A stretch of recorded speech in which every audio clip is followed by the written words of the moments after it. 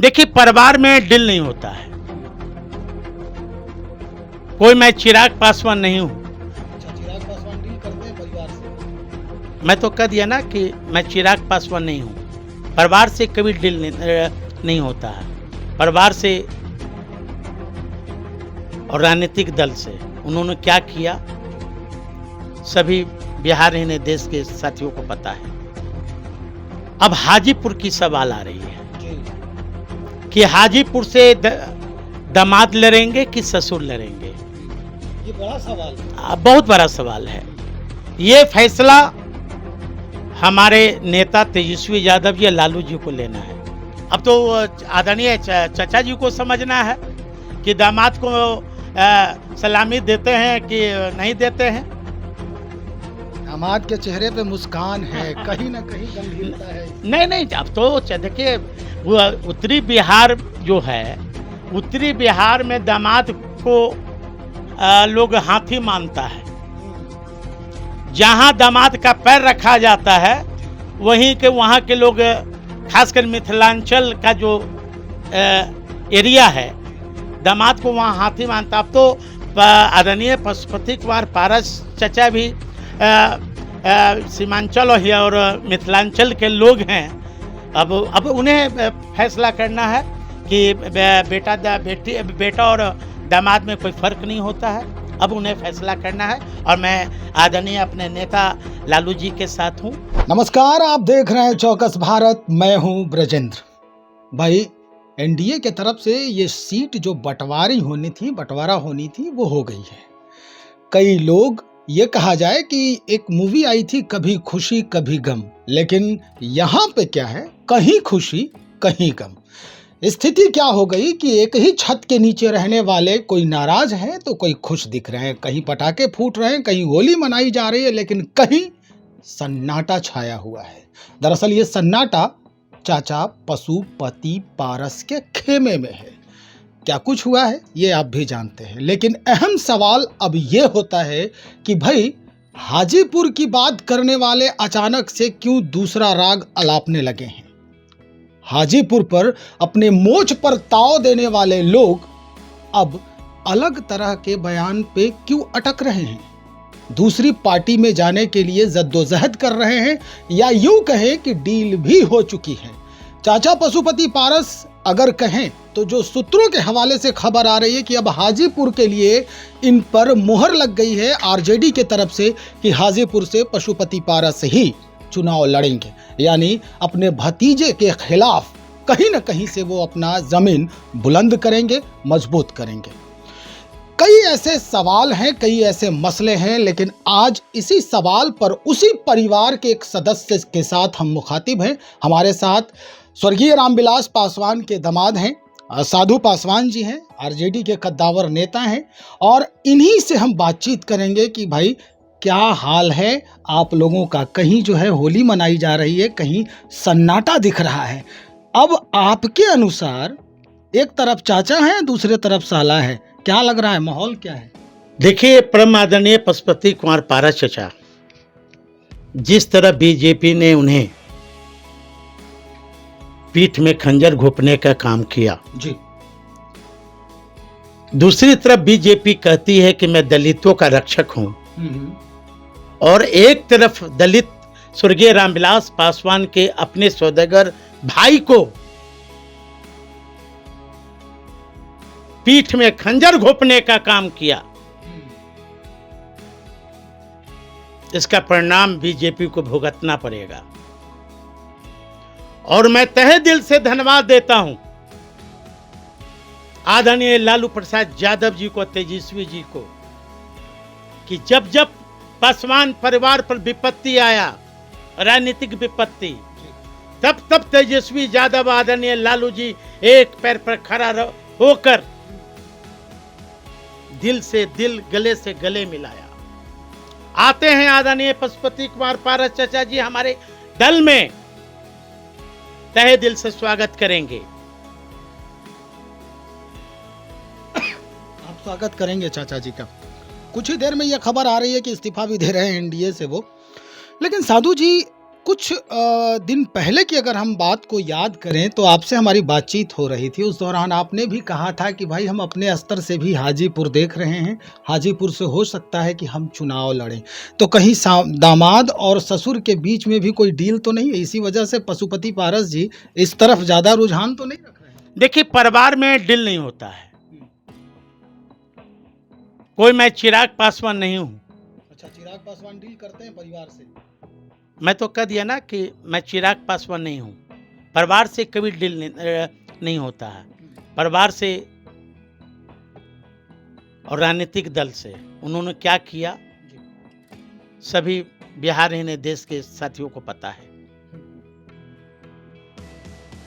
लेकिन अब हाजीपुर की सवाल आ रही है कि हाजीपुर से दामाद लड़ेंगे कि ससुर लड़ेंगे। ये बड़ा सवाल है। बहुत बड़ा सवाल है। ये फैसला हमारे नेता तेजस्वी यादव या लालू जी को लेना है, क्योंकि 2019 में भी हमारी तैयारी थी हाजीपुर से। उस समय भी हम दावा ठोके थे कि मैं चुनाव लड़ूंगा, लेकिन किसी कारणवश हमारे पार्टी ने, हमारे नेता ने हमें टिकट से वंचित होना पड़ा। लेकिन हमारे लिए सबसे पहले पार्टी है। मैं एक कार्यकर्ता हूं। किसी भी व्यक्ति विशेष के लिए सबसे पहले देश का हित, तब पार्टी का हित, तब व्यक्तिगत हित। यदि हमारे पार्टी के शीर्ष नेता यदि चाहेंगे तो मैं लड़ूंगा, और नहीं चाहेंगे तो फिर जो उम्मीदवार होंगे उनके लिए मैं दिल खोलकर मैं प्रचार करूंगा। अगर चाचा जी वहां से खड़े होते हैं तो आप प्रचार करेंगे उनके? निश्चित तौर पर, क्योंकि ये लड़ाई संविधान बचाने की लड़ाई है। ये लड़ाई व्यक्तिगत साधु पासवान का नहीं है। हम लोग संविधान बचाने वाले लोग हैं। ठीक है साधु जी, आप संविधान बचाने के लिए होड़ कर रहे हैं, लगातार जद्दोजहद कर रहे हैं, लेकिन सवाल यही है कि जिस तरह से पशुपति पारस जी को स्वर्गीय रामविलास पासवान कंधे पर हाथ रख करके उनको पीठ थपथपा के हाथ में टिकट थमा दिया था, क्या चाचा आपके साथ ऐसा करने वाले हैं? अब तो आदरणीय चाचा जी को समझना है कि दामाद को सलामी देते हैं कि नहीं देते हैं।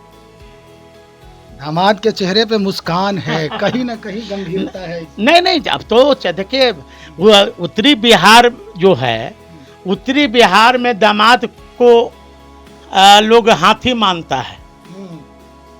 जहां दामाद का पैर रखा जाता है वहीं के वहां के लोग, खासकर मिथिलांचल का जो एरिया है, दामाद को वहां हाथी मानता। अब तो आदरणीय पशुपति कुमार पारस चचा भी सीमांचल और मिथिलांचल के लोग हैं। अब उन्हें फैसला करना है कि बेटा और दामाद में कोई फर्क नहीं होता है। अब उन्हें फैसला करना है, और मैं आदरणीय अपने नेता लालू जी के साथ हूँ और तेजस्वी जी के साथ हूँ। अब पारस चचा यदि हमारे गठबंधन में आते हैं तो मैं तहे दिल से उन्हें स्वागत करूंगा। साधु जी, अगर वो आपके ऊपर जो कह रहे हैं हाथी होता है, पैर होता है दामाद का, अगर कहीं रख दिया जाए और वो उसके लिए पवित्र माना जाता है, तो अगर ऐसा होता है तो क्या साधु पासवान चुनाव लड़ेंगे या फिर परिवार के किसी और सदस्य को, या पारस जी अपनी भतीजी को वो आशीर्वाद देंगे? देखिए, हमारी शुरू से रहा है कि हम अपनी धर्मपत्नी को लड़ाएंगे, शुरू से रहा है। और अब मैं राष्ट्रीय जनता दल और महागठबंधन के लिए प्रचार करूंगा। और जो आज हनुमान बने हैं, नकली हनुमान, एक गाना सुने होंगे आप कि झुमका गिरा रे बरेली के बाजार में, तो साधु पासवान भी ताल ठोक लिया है। चिराग पासवान का झुमका इस बार हाजीपुर में नहीं गिरा है, तो मेरा नाम साधु पासवान नहीं। मतलब ये मजाक कर रहे हैं आप साले बहनोई के नाते से, या सीरियस हैं? मैं सीरियस हूं। यहाँ संविधान बचाना है। ठीक है, चिराग हमारे साले हैं, मैं ये नहीं कर रहा हूं, लेकिन साला का विचारधारा अलग है, गोरखे के खानदान के साथ है, नागपुरिया संविधान पर चल रहे हैं। और साधु पासवान आदरणीय लालू जी के और विचार पर चलने वाला व्यक्ति है, तेजस्वी के विचार पर चलने वाला है। साधु पासवान टूट सकता है लेकिन झुक नहीं सकता है, क्योंकि मैं स्वर्गीय पुनीत राय का बेटा हूं। स्वर्गीय पुनीत राय भी एक राजनीतिक पार्टी में एक हस्ती थे, इसलिए चिराग पासवान आने दीजिए। अरे फैसला तो जंग की मैदान में, ना कोई भाई है, ना कोई कुटुंब है, ना कोई रिश्तेदार है। जंग की लड़ाई में होगा, जंग की लड़ाई अच्छा से लड़ेंगे। जंग के मैदान में जिस तरह फिरंगियों के भगाए थे लोग, मैं भी वहां लड़ाई होगी रामविलास पासवान का असली वारिस और नकली वारिस में, कि कौन रामविलास पासवान का असली वारिस है, कौन नकली है। ये बिहार की जनता और हाजीपुर की जनता तय करेगी। हाजीपुर की जनता से आपको बातचीत हुई है क्या इस मसले को लेकर के? किसी तरह का कोई आपको हाजीपुर की जनता, जब स्वर्गीय रामविलास पासवान जी थे, वो हमारे अभिभावक के साथ साथ राजनीतिक गुरु भी थे, और आदरणीय पासवान जी से हमारा पारिवारिक रिश्ता आज से नहीं है। जब वो AA में पढ़ते थे तब से हमारा पारिवारिक रिश्ता। उस समय तो चिराग भी पैदा भी नहीं हुए थे जब हमारी शादी हुई थी। एक आखिरी सवाल, मेरा बस सवाल यही है कि अगर पारस जी आरजेडी को ज्वाइन करते हैं, अगर हाजीपुर की बात होती है, तो एक तरफ अगर देखा जाए तो स्वर्गीय रामविलास पासवान के एक दामाद को जो 5 सीट मिला है चिराग जी को, वहां से खड़ा करवाया जा रहा है। सुनने में ये बात आ रही है, पुष्टि अभी पता नहीं हुई है या नहीं हुई है, लेकिन खबर ये आ रही है कि भाई जमुई से वो अपने बहनोई को खड़ा करेंगे। दूसरे तरफ दूसरा दामाद भी है रामविलास पासवान जी के, और ये धर्म बनता है उस परिवार का कि आपके तरफ भी, जो अभी आप दूसरे ढंग से उसको घुमा के कह रहे थे, हम सीधा कह रहे हैं कि ये धर्म बनता है, कर्तव्य बनता है। क्या लगता है, परिवार इस पूरे माहौल को एक सूत्र में पिरो पाएगा या फिर वही ढाक के 3 पात, इस बार और कहानी खत्म होने वाला है? देखिए, जहां धर्म की बात है वहां धर्म उन्होंने निभाया नहीं, रिश्ता को उन्होंने निभाया नहीं। और मैं रिश्ता जोड़ना जानता हूं, तोड़ना नहीं जानता हूं, लेकिन कुछ लोग रिश्ता को तोड़ने का काम किया है। और स्वर्गीय रामविलास पासवान जिस तरह अपने परिवार को लेकर चलते थे, आज किसी ने उस परिवार को तहस नहस कर दिया। आज स्वर्गीय पासवान जी कहीं भी होंगे, उनकी आत्मा दुखी होगी आज का जो परिकलन जो हुआ। लेकिन चिराग पासवान जिस तरह अपनी बहन का राखी फेंकवाया था 12 जनपद से, साधु पासवान वो दिन नहीं भूला है। चिराग पासवान जी जिस तरह अब पटना एयरपोर्ट पर रामविलास पासवान जी का लाश आया था, जिस तरह अपनी बहन को और मुझे मिलने नहीं दिया, साधु पासवान अभी भूला नहीं है। ये बिहार की जनता से, बिहार के खासकर जो हमारे समाज के लोग हैं, खासकर हमारे जो बहुजन के लोग हैं, मैं बताऊंगा कि मैं हमारी और हमारी धर्मपत्नी की क्या गलती थी कि जो चिराग पासवान ने अपने बहन के साथ सतेला व्यवहार किया। ये निश्चित तौर पर बिहार और हाजीपुर के लोगों को मैं बताने का काम करूंगा। एक गाना है ना, जो है कोखे बेटा जन्मल वही कोखे बेटिया, फिर 2 नीतियाँ काहे हो चिराग भैया, काहे हो बाबूजी। ये साधु पासवान और आशा पासवान पूछ रही है। वही कोख से मैं जन्मा, वही कोख से तुम जन्मे, फिर भाई नहीं देख रहा है बहन को, बहन का राखी फेंकवा रहा है। ये सवाल पूछेगी बिहार की जनता। काफ़ी इमोशनल हो गए अंतिम क्षण में हमारे साधु पासवान जी, और जो रिश्तों की जो बात चलने लगी, तो भाई रिश्तों में राजनैतिक जो कहा जाए, थोड़ा सा हम भी इमोशनल हो रहे हैं इस मामले में को लेकर के, चूँकि एक गीत है जो लोक गीत के तौर पे है, बड़ा ही अंदर तक घुसने वाला ये गीत है। तो ये कहा जा रहा है अब कि भाई रिश्तों में राजनीतिक विष जो है वो घुल चुका है, और अब एक ही सीट पर अपने ही कुनबे के, अपने ही परिवार के लोग 2-2 हाथ करने को तैयार हो चुके हैं। स्थिति क्या होने वाली है वो आने वाले कुछ ही दिनों में ये तय हो जाएगा कि हाजीपुर से क्या कुछ नई खबरें जो है वो निकल के आएगी। हम वहां भी जाएंगे, साधु पासवान जी से फिर मुलाकात करेंगे और बाकी और जो वहां के योद्धा हैं जो कह रहे हैं कि हम वहां से खड़े होंगे, हम लड़ाई करेंगे, हम जनता के बीच जाएंगे, हर बात बताएंगे, तो हम उनसे भी बात करेंगे। जनता का भी जो नब्ज है वो टटोलने का प्रयास करेंगे कि जनता क्या चाहती है।